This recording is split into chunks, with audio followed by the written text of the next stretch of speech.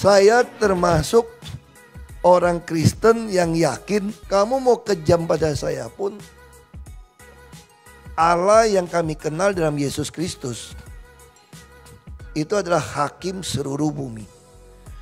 Kamu mau berbuat apapun, kalau tanpa seizin Tuhan, gak mungkin berlaku pada saya. Allah punya maksud baik kepada saya. Soal orang yang merancang kejahatan, biarlah Allah yang akan bertindak terhadap dia. Mudah-mudahan dia juga menjadi orang yang bertobat mengenal Allah. Sama kayak ditanya wartawan, kasus sekarang soal salib gimana? Di aparat kita juga gak betul. Saya kenapa disingkirkan? Kalau Ahok menang juga repot kita. Demo terus. Lu tangkap yang demo dong. Masa gue yang disingkirin? Saya salahnya apa? Kalau kita mau berpikir secara hukum kan. Tapi kita enggak. Singkirin dia. Jangan ada dia. Ada dia pusing kita. Ini cara berpikir yang salah. Tapi siapa yang mau mengubah ini semua? Ya kita, generasi berikutnya. Harus ada orang berani masuk jadi aparat yang lebih tegas. Bela kebenaran, keadilan, dan perikemanusiaan. Bukan main enak aja singkirin orang. Dan saya punya pengalaman orang yang ngerjain saya. Dari saya berpolitik. Dari yang stroke sampai mati banyak. Saya bisa hitung orang-orang itu. Makanya bagi saya pembalasan itu adalah haknya Allah. Bukan saya. Saya tinggal ngadu saja. Ya biasa lah ya, kalau orang udah dipanggil polisi itu, ya enggak? Nah, banyak banget deh tuh penyakit yang datang. Jantung, ambeien, ya kan? Stroke, kumat, apalagi encok, pegelinu, lemes-lemes, ya kan? Semua itu nyatu deh. Biasa kalau dipanggil polisi pasti penyakit semua ada datang. Panik, panik, ada yang panik. Ada yang panik, takut ditangkap polisi. Panik, panik, ada yang panik. Ada yang panik, takut ditangkap polisi. Nggak ngaca kau siapa kau itu. Nggak ngaca muka kau itu kayak apa. Ngaca muka kau itu kayak apa. Cakep gak kau? Baru kau menghina orang lain.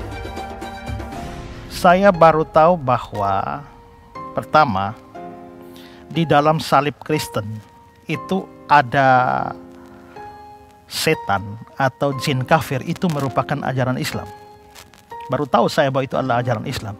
Iman orang Islam itu terlalu lemah sehingga terlalu mudah dikafirkan hanya dengan melihat patung salib. Begitu lihat patung salib bisa jadi kafir. Salah satu yang paling populer saat ini adalah Ustadz Abdul Somad, di mana beliau sedang berdakwah di lingkungannya sendiri, di tempatnya sendiri, dan menjawab pertanyaan orang. Sekarang saya cerita lagi, kalau mau diperkarain, perkarain! Kalau mau dilaporin, laporin! Saya bilang sekarang, dengarkan, demi Allah, Nabi Isa bukan Tuhan. Laporin silakan. Allahu Akbar! Kita ngomong begitu sah-sah saja, nggak ada salahnya. Sebutlah kafir orang yang berkata Isa itu adalah Tuhan.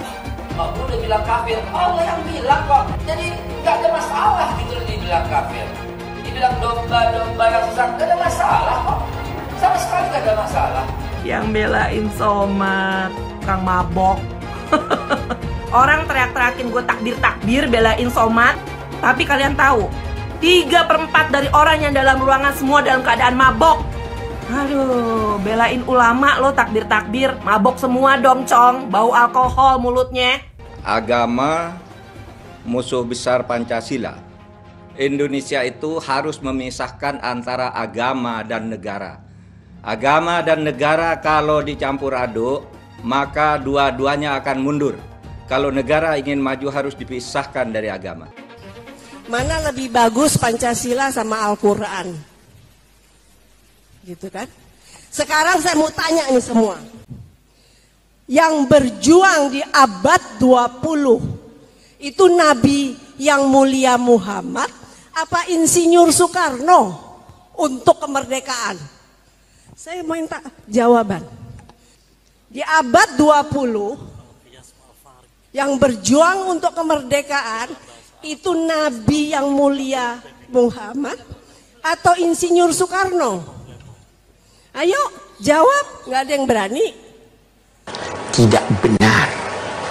Saya ulangi, tidak benar bahwa Nabi Muhammad sudah dapat jaminan surga. Jadi apabila Abdul Somad yang menghina salibnya orang Kristen tidak mau meminta maaf, karena dari isi ceramah kau itu menimbulkan keributan antar umat beragama. Memangnya kau pernah lihat itu jin disalib? Hah?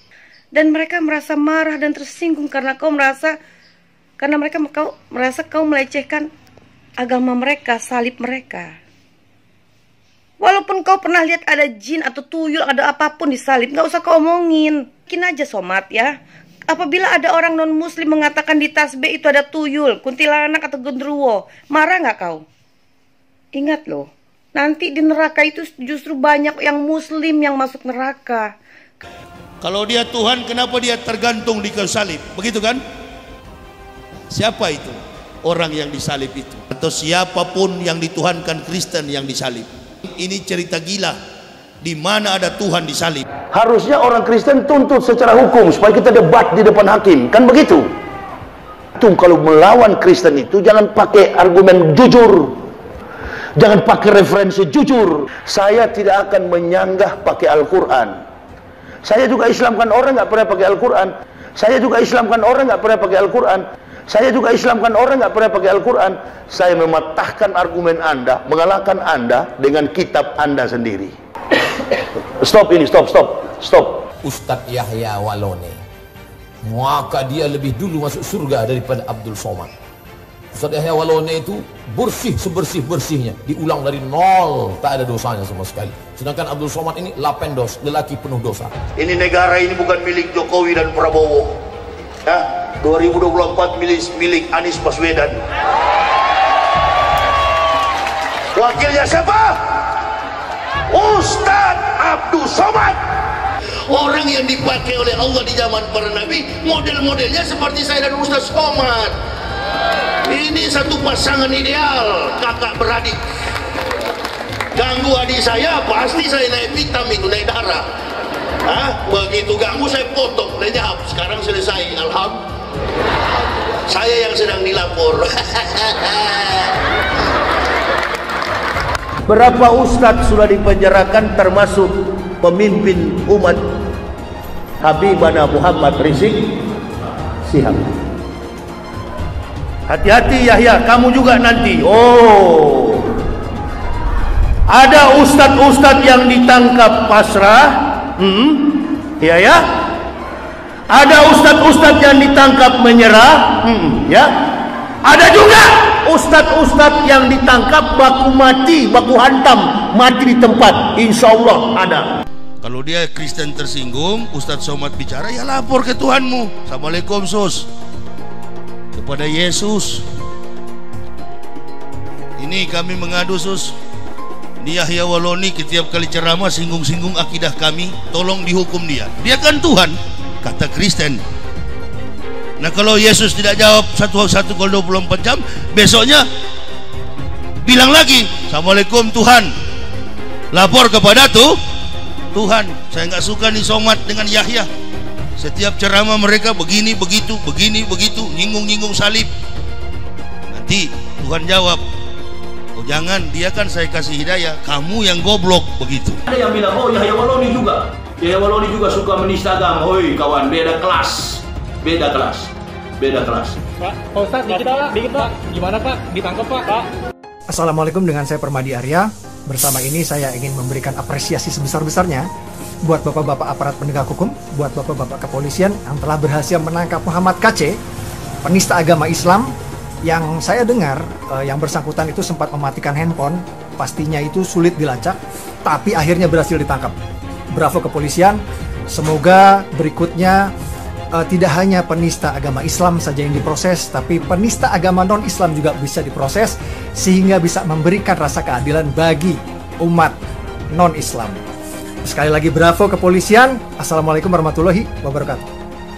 Bib, iki lagi rame Bib. Apaan? Ada yang ngomong katanya di dalam salib itu ada jin kafir, Bib. Apa benar di Al-Quran ada seperti itu? Tidak ada. Terus dia ngolok-ngolok lagi simbol Tuhan agama lain sampai dibikin kepalanya ke kanan apa ke kiri. Apa boleh di aturan seperti itu? Tidak boleh. Dia ngomong lagi, Bin, katanya jin kafir itu manggil lo, haleluya. Apa boleh di aturan seperti itu? Bin? Tidak boleh, ya Allah, tidak boleh. Terus kenapa dia masih bikin kayak gitu, Bin? Ketidakbenaran, kebohongan Bible Kristen. Pendeta-pendeta kalau pidato, dengarlah firman Tuhan. Bukan firman Tuhan itu kawan. Siapa yang bisa buktikan Injil asli sebagaimana Quran yang ada di hadapan kita? Saya yang berkoar-koar di TV mengatakan kitab Bible Kristen itu bohong, nggak dilapor-lapor. Mempelajari kebenaran Al-Quran, mempelajari kebohongan Bible Kristen. Wah ini, dan saya yang ditantang atau dilapor ke Mabes Polri, kan begitu. Saya bukan mengatakan Bible Kristen fiksi, Bible Kristen itu palsu. Biar Jenderal 100 bintang, kalau kafir kau ke neraka, tidak ada urusan. Kepenuhan Roh Kudus, Roh Kudus.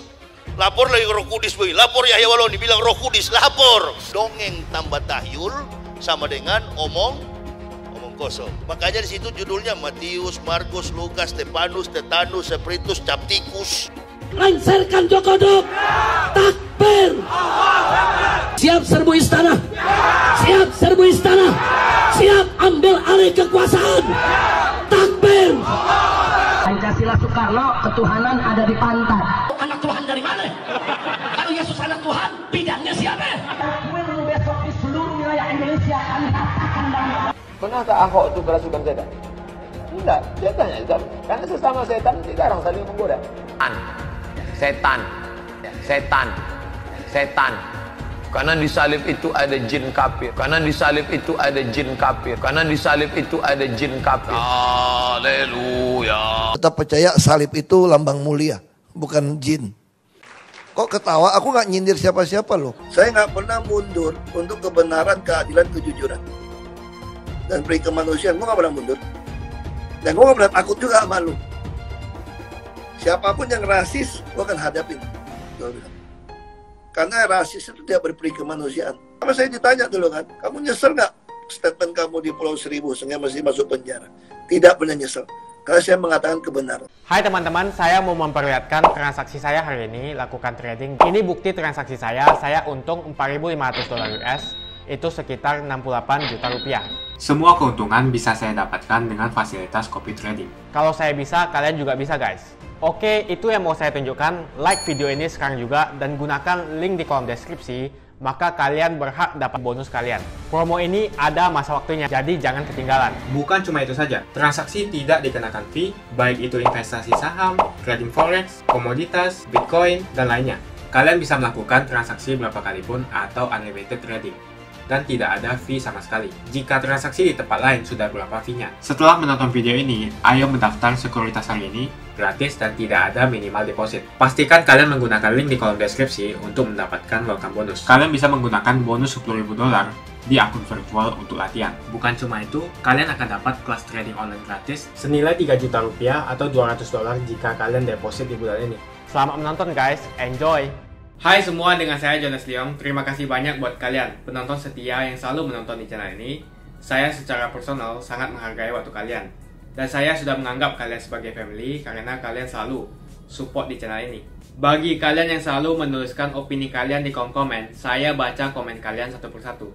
Saya baca komen kalian untuk mengetahui opini kalian, tanggapan kalian, dan masukan kalian sangat berguna untuk video selanjutnya. Terima kasih banyak buat kalian yang selalu menekan tombol like di awal video. Video seperti ini membutuhkan waktu dan juga research. Dan ini semua gratis untuk kalian. Jadi pastikan kalian menekan tombol like-nya, supaya saya mengetahui kalian menyukai konten yang saya bagikan. Ada satu lagi yang saya buat selama di dalam istilahnya Ibu Megawati, saya di sekolah pesantren 2 tahun. Terus ada liburan, saya bilang nih ambil master program. Sebetulnya itu lebih tepat tuh S3. Saya sekarang gini-gini S3 loh, bukan cuma Pak Chandra aja S3. Tapi S3 saya itu ya siang sore silaturahmi maksudnya. S3 ya di siang sore. Ini juga bagian dari latihan ngelawak gitu loh. Kita ada show, orang bilang panggil Ahok apa BTP. Jadi Metro TV itu kan punya Kick Andy, Mata Naswa, Jadi mereka nggak pengen Ahok show biasa. Panggil Ahok terlalu kasar. Panggil Ahok ada bakmi Ahok, ada kue tiaw Ahok, ada martabak Ahok nanti.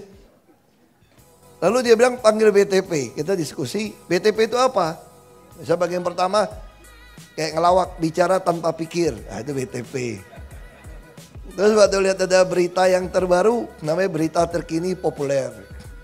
Terus selama saya di tahanan, saya menulis 615 halaman notebook sama 620 halaman ukuran A4. Jadi itu BTP juga, bicara tentang perasaan. Nah, itu BTP. Ada satu lagi yang tadi saya tanya, bukan saya nggak mau nyanyi, nggak bisa ngiringin saya nyanyi masalahnya dia. Kami punya BTP juga, band teman penjara.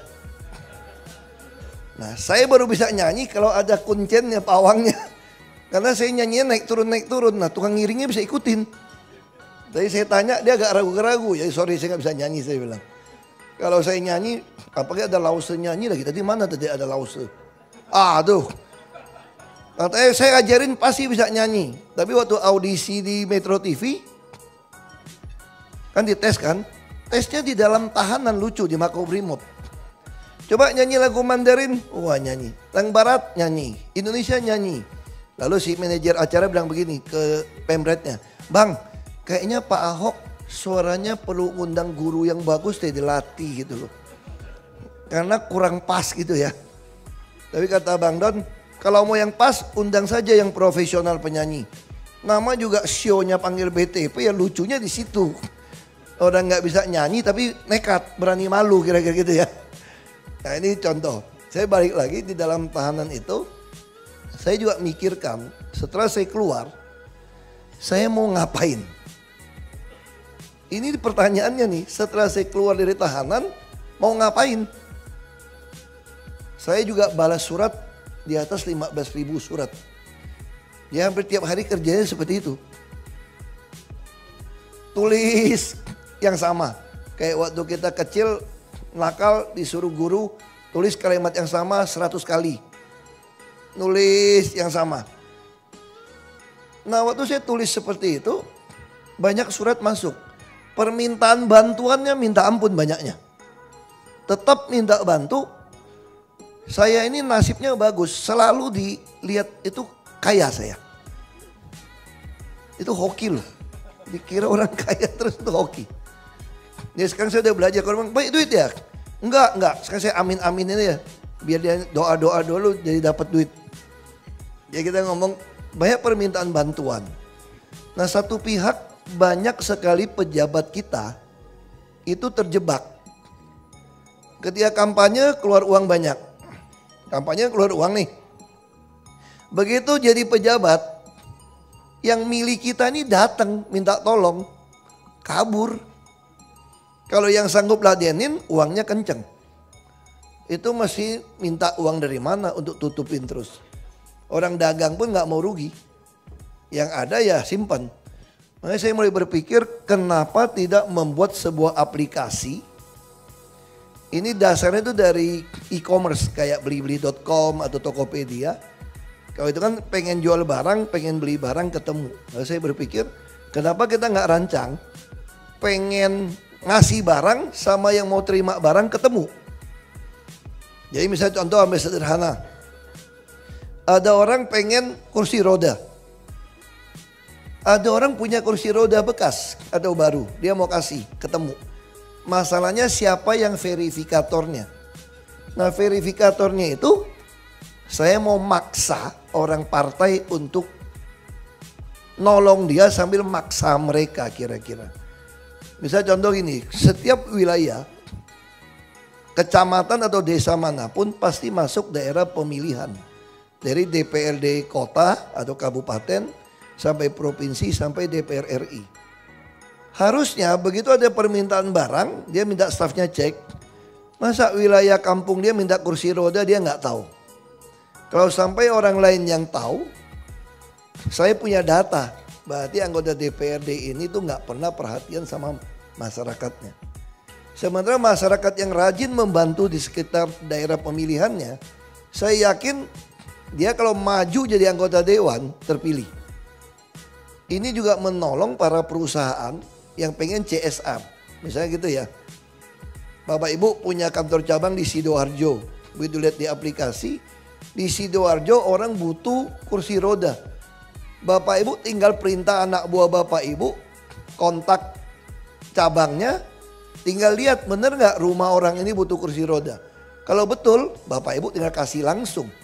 Begitu kasih langsung, jadi saya hemat verifikasi. Yayasan ini tidak terima uang untuk disalurkan, tapi hanya mempertemukan orang yang mau menyumbang. Nah kalau Bapak Ibu niat mau jadi anggota dewan atau bantu CSR, tinggal lihat saja aplikasinya gratis. Siapa yang butuh bantuan, siapa yang nyari, saya harapkan para ahoker, para anggota dewan bisa menemukan siapa yang butuh barangnya apa. Nah kalau ini bisa jalan ditemukan, kita bisa sepanjang tahun tahu kebutuhan rakyat itu apa. Kalau sampai kebutuhan rakyatnya sama, saya akan minta DPRD menganggarkan. Supaya tidak minta belas kasihan orang. Nah ini kira-kira ide dari aplikasi Jangkau. Nah kita memang ada, itu ada nggak ya? Bisa kita lihat sebentar nggak ya Jangkau ya? Tanya, tadi saya lupa siapa namanya tadi yang bikin aplikasi.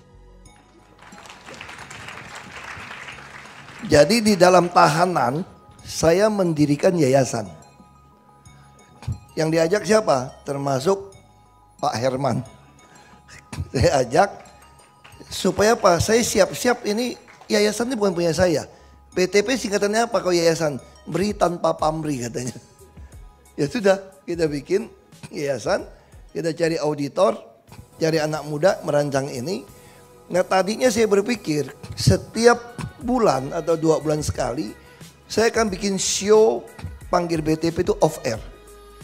Kita keliling Indonesia, terima iklan, lalu penghasilannya itu 1 bulan itu kita akan masukkan ke dalam kebutuhan operasional yayasan. Rencana tuh seperti itu.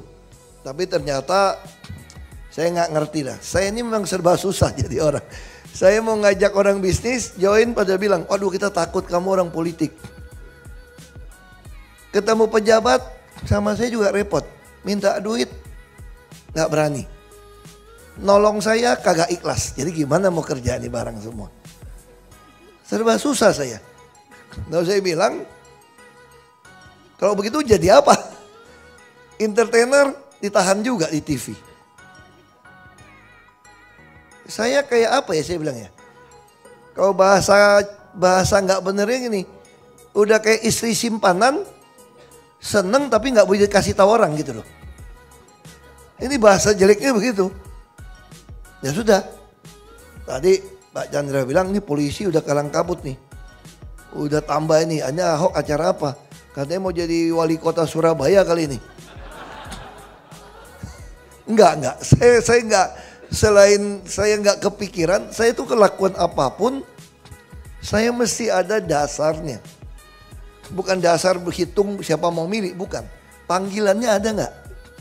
Saya enggak ada panggilan mau jadi wali kota Surabaya, enggak ada. Orang bilang ke NTT mau jadi gubernur, panggilan, enggak ada juga.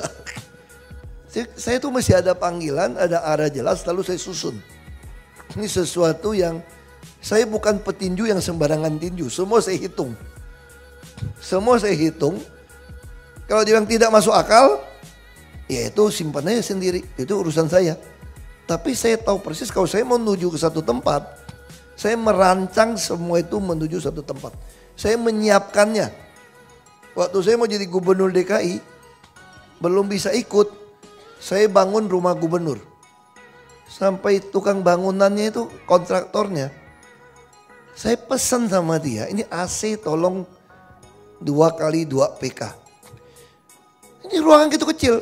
Saya bilang saya mau jadi gubernur, nanti ini ruangan untuk konferensi pers.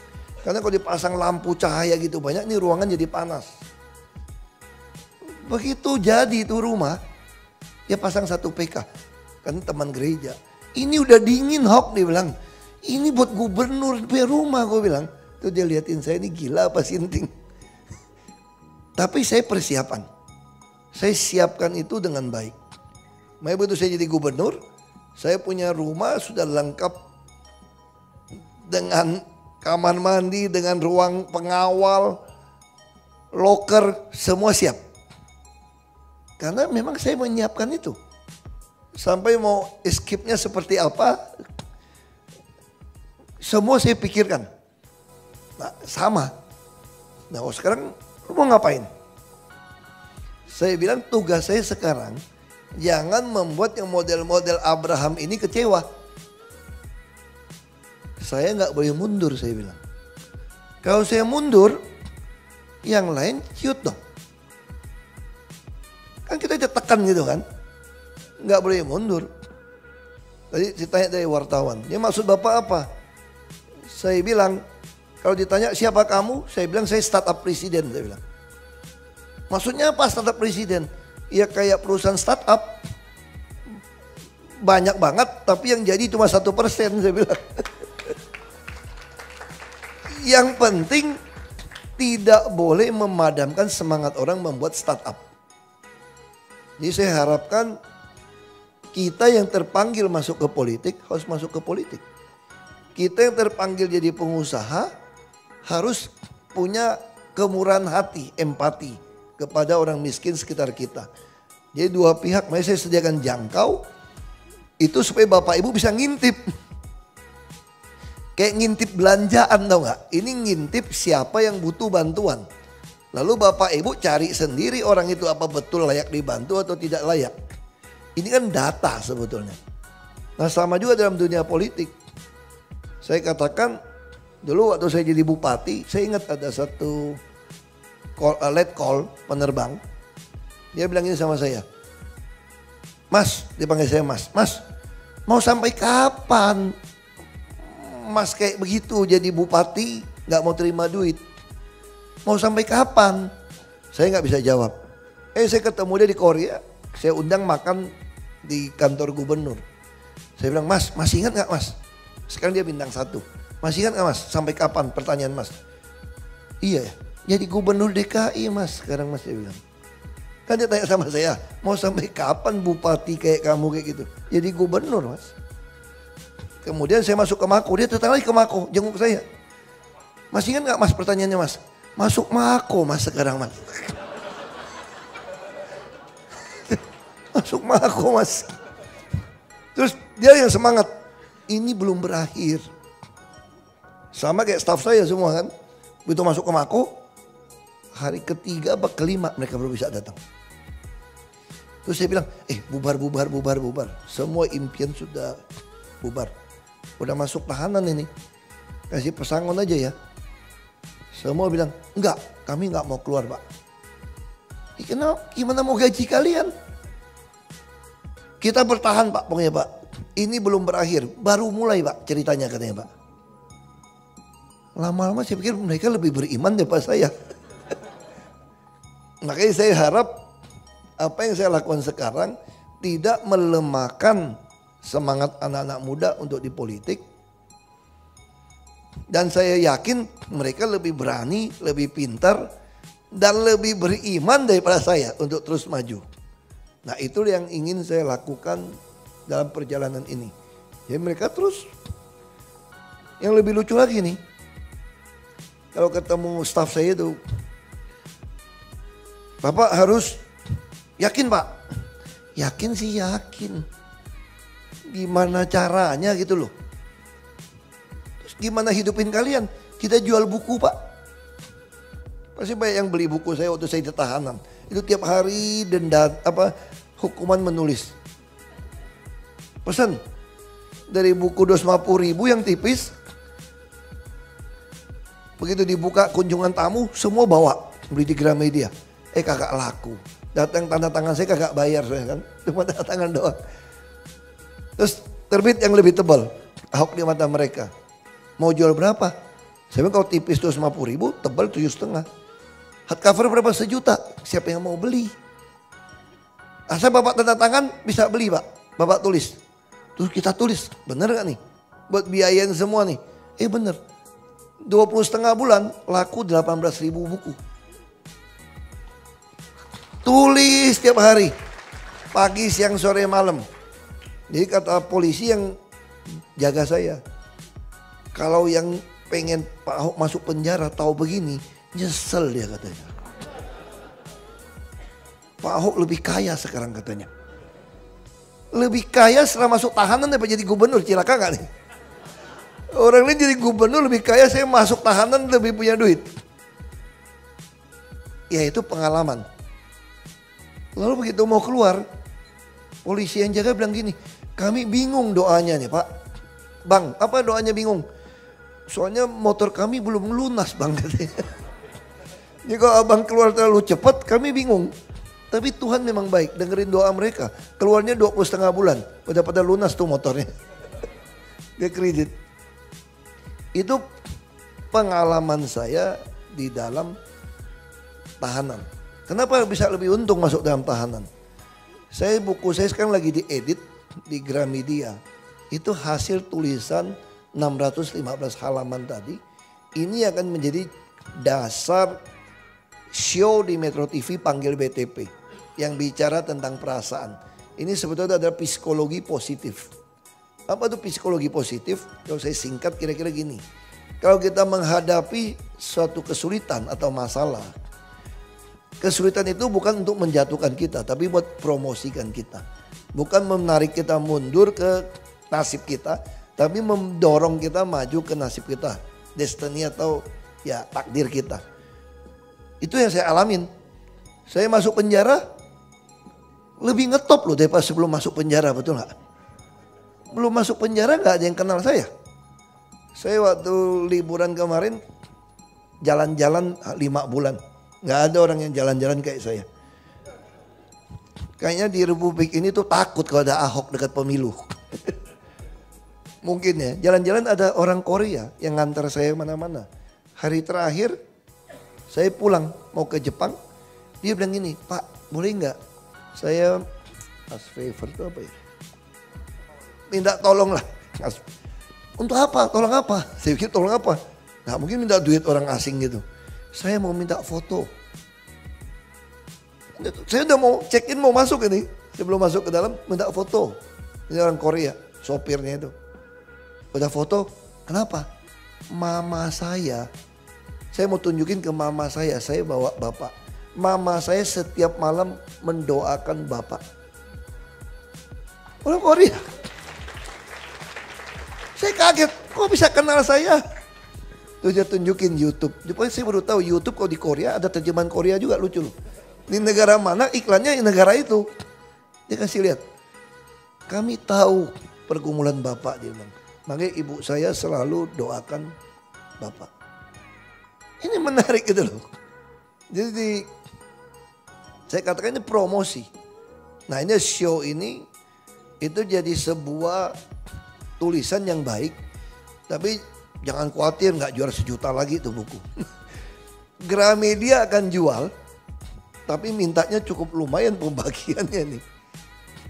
Kita akan mungkin jual 250.000. Tapi buku itu buat eksklusif 600 mungkin 660-an halaman. Jadi itu bukan sifatnya catatan harian, bukan. Saya minta tim psikologi anak-anak muda membaca tulisan saya, tulisan tangan ini, pergumulan saya dari masuk sampai keluar. Lalu mereka temukan di mana titik stresnya, di mana titik bangkitnya. Jadi kalau istilahnya orang psikologi, kalau kita di titik paling nadir, stres paling nadir, kalau kita nggak bisa balik, kita tuh gila. Jadi orang kalau sampai turun titik paling rendah itu, kalau dia balik, dia hebat. Kalau dia nggak balik, jadi gila dia. Jadi ini misalnya kita bikin dari 0 sampai jadi 0 to hero lah kira-kira gitu. Dia rancang, ini lagi di edit terakhir dari Gramedia. Kita akan bikin sangat eksklusif sesuai dengan tema Metro TV. Judul bukunya pun Panggil Saya BTP. Ini supaya framingnya sama. Itu menggambarkan bagaimana pergumulan dari masuk semua itu sampai jadi itu. Nah satu lagi diedit juga 620 halaman. Mungkin setelah buku yang ini juga tulisan pergumulan saya ini semacam spiritual journey-nya saya. Bagaimana Kalau istilah orang Katolik, ini boleh ditulis teologia Ahok, dia bilang. Ini pandangan Ahok tentang Tuhan seperti apa. Nah ini yang, jadi ini satu kekayaan buku. Kalau saya nggak masuk dalam tahanan, nggak mungkin bisa nulis seperti itu. Jadi dalam tahanan itu, saya kayak direkondisi.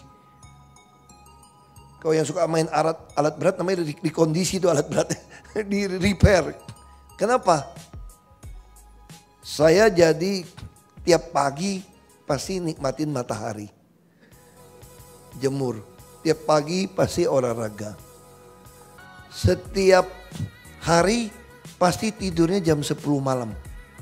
Bangun jam 4. Yang keempat, tiap hari makannya sama. Ini jam segini baru makan. Di sana kami jam 5 sore sudah makan. Paling telat sebelum maghrib sudah tidak makan. Jadi kami ini puasa 12 jam kira-kira gitu. 11 sampai 12 jam. Sehingga waktu jam 10 malam tidur, perut kami sudah kosong. Itu bisa disiplin seperti itu.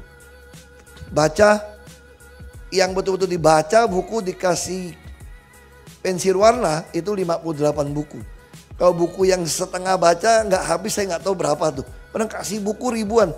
Jadi saya tinggal lihat daftar isi, kata pengantar belakang, ini kurang menarik, udah buang aja, langsung bukan buang, kirim pulang. 58 buku, tulis, balas buku, balas surat, nggak pernah seumur itu seperti itu. Dan yang keenam apa? Punya teman-teman tadi. Saya kalau nyanyi itu asli parah. Asli parah. Makanya kalau saya di gereja itu kalau nyanyi itu ya, kalau saya kencang sedikit, semua yang di depan langsung lihat ke belakang. Aku langsung diam. Saya diam, pendetanya melotot. Itu mimbar kan kelihatan kan? Nggak nyanyi, nggak punya kesaksian yang baik, betul nggak? Paksa saya nyanyi lip sync, David. Supaya pendeta lihat saya aman, kira-kira gitu ya. Itulah saya bertahun-tahun. Sampai di dalam tahanan, tiap minggu polisi aktif, tidak aktif, nyanyi. Terus minta saya untuk nyanyi. Saya nggak bisa nyanyi. Deftune. Saya nggak bisa bedain nadanya musik. Nggak apa-apa bang, kita latih bang katanya bang. Terus mainin. Oh ini turun, ini naik. Terus kasih tanda sama. Terus siapa yang nyanyi? Main musik nggak bisa. Saya begini-begini jangan anggap remeh loh. Ini vokalis tunggal di dalam BTP penjara. Saya suruh nyanyi terus. Dicariin lagu. Di situ saya katakan kenapa show itu perlu ada nyanyi. Kadang-kadang tuh kita tuh terlalu dihakimi oleh orang lain. Kadang-kadang kita hidup ini, kita berbuat ini itu, takut berbuat ini itu, takut pandangan orang. Jadi kita berbuat apa tuh berusaha mengimpress, pengen apa ya, kasih kesan yang baik dari orang kepada kita. Sengsara hidup kita. Kita nggak berani kan, kita pengen ini, nanti apa kata orang ya, kita ini apa kata orang. Nah dalam tahanan saya belajar, selama nggak ganggu orang lain kita nyanyi aja. Coba dulu, saya pernah ikut saya ke karaoke. Teman saya, belajar nyanyi ke karaoke katanya. Sampai karaoke terus nyanyi, setelannya kacau balau suara saya. Kan nyetelnya susah itu. Langsung mereka stop, nggak usah nyanyi. Bayarnya aku lebih banyak. Lama-lama gue gak pergi lagi deh, rugi. Patungannya rugi gitu loh. Saya gak bisa nyanyi. Sampai dalam tahanan, ya lumayan lah, gak terlalu jelek lah gitu ya. Kalau lihat video, kalau sekarang saya gak berani nyanyi, kecuali ada kuncennya saya, tukang bawanya. Kalau ada guru saya di situ, ya dia sesuaikan. Nah saya kira itu malam ini saya mau share itu aja. Mau ke depan bagaimana, saya harap banyak Ahok-Ahok baru muncul di negeri ini. Ya. Yang kedua, tentu saya harap Bapak Ibu kalau masih pakai Android udah bisa download itu aplikasi Jangkau. Minimal Bapak Ibu bisa ngintip lah kalau mau bantu orang yang susah. Di daerah dekat Bapak Ibu bisa bantu verifikasi. Atau Bapak Ibu kalau nggak mau bantu, minimal kasih tahu kami di Jangkau siapa yang butuh bantuan. Nah ini sehingga bisa ketemu ini. Jangkau. Kalau soal yang lain apa? Saya lagi punya beban, sering disuruh ke sana di NTT. Saya ingin bantu dari dulu, dari zaman kita Wagub sampai gubernur, bagaimana NTT itu peternakannya naik kembali. Nah kami temukan kuncinya di pakannya. Kita membuka akun untuk melakukan investasi atau trading. Jika belum, membuka rekening sekuritas itu gratis loh. Bahkan cuma butuh 5 menit saja. Cepat dan simple. Dan semua bisa dilakukan secara online. Sampai saat ini ketika kita mau melakukan investasi saham atau trading forex, kita masih menggunakan cara yang kuno. Seperti kita menelpon banker atau broker yang melakukan atau mengeksekusi transaksi kita. Tapi apakah kalian tahu, untuk membeli saham atau forex, kita cuma login, lalu memilih apa yang kita mau, lalu masukin angka berapa banyak yang ingin kita beli, lalu tinggal klik. Sesimpel itu. Sampai saat ini kita bingung mau investasi saham luar negeri, trading forex, komoditas, dan cryptocurrency di mana tempatnya. Kita bisa lakukan semua trading di sini. Karena sekuritas ini merupakan one-stop shopping. Sampai saat ini kita membayar fee di setiap transaksi kepada banker atau broker. Setiap kita melakukan transaksi jual beli, biasanya kita dipotong fee oleh platform kita. Kalau dalam 1 bulan kalian melakukan transaksi 1 kali, mungkin tidak terasa. Coba kalian melakukan trading sebanyak 100 kali. Sudah berapa fee-nya? Misalnya kalian membeli saham Google dengan fee per transaksi $10. Jika kalian membeli saham Google 10 kali, maka fee transaksi sudah $100. Belum lagi kita akan dikenakan fee ketika kita menjual saham itu. Itulah sebabnya kenapa saya memilih sekuritas ini, karena tidak ada fee sama sekali. Saya ulangi, tidak ada fee sama sekali ketika kalian melakukan transaksi. Dan yang kedua, kalian bisa melakukan unlimited trading atau trading sebanyak apapun. Ya, kalian bisa melakukan trading 10 kali, 100 kali, 1000 kali dalam sehari tanpa dikenakan fee. Jadi berapa banyak uang yang kita hemat dari fee saja. Mau beli saham Apple, harga 1 unitnya $134.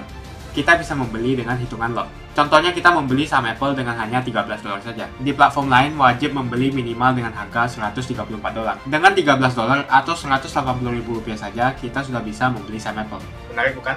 Jadi apa yang kalian tunggu, mendingan kalian cobain sendiri aja deh. Tutorial bisa kalian cek di kolom deskripsi dan kalian harus menggunakan link di kolom deskripsi untuk mendapatkan welcome bonus. Jika tidak, maka tidak akan mendapatkan bonus. Gunakan bonus $10.000 di akun virtual untuk mencoba sekuritas ini atau bisa kalian gunakan untuk latihan trading. Bukan cuma itu, kalian akan dapatkan kelas trading gratis yang nilainya Rp3 juta jika kalian deposit di bulan ini.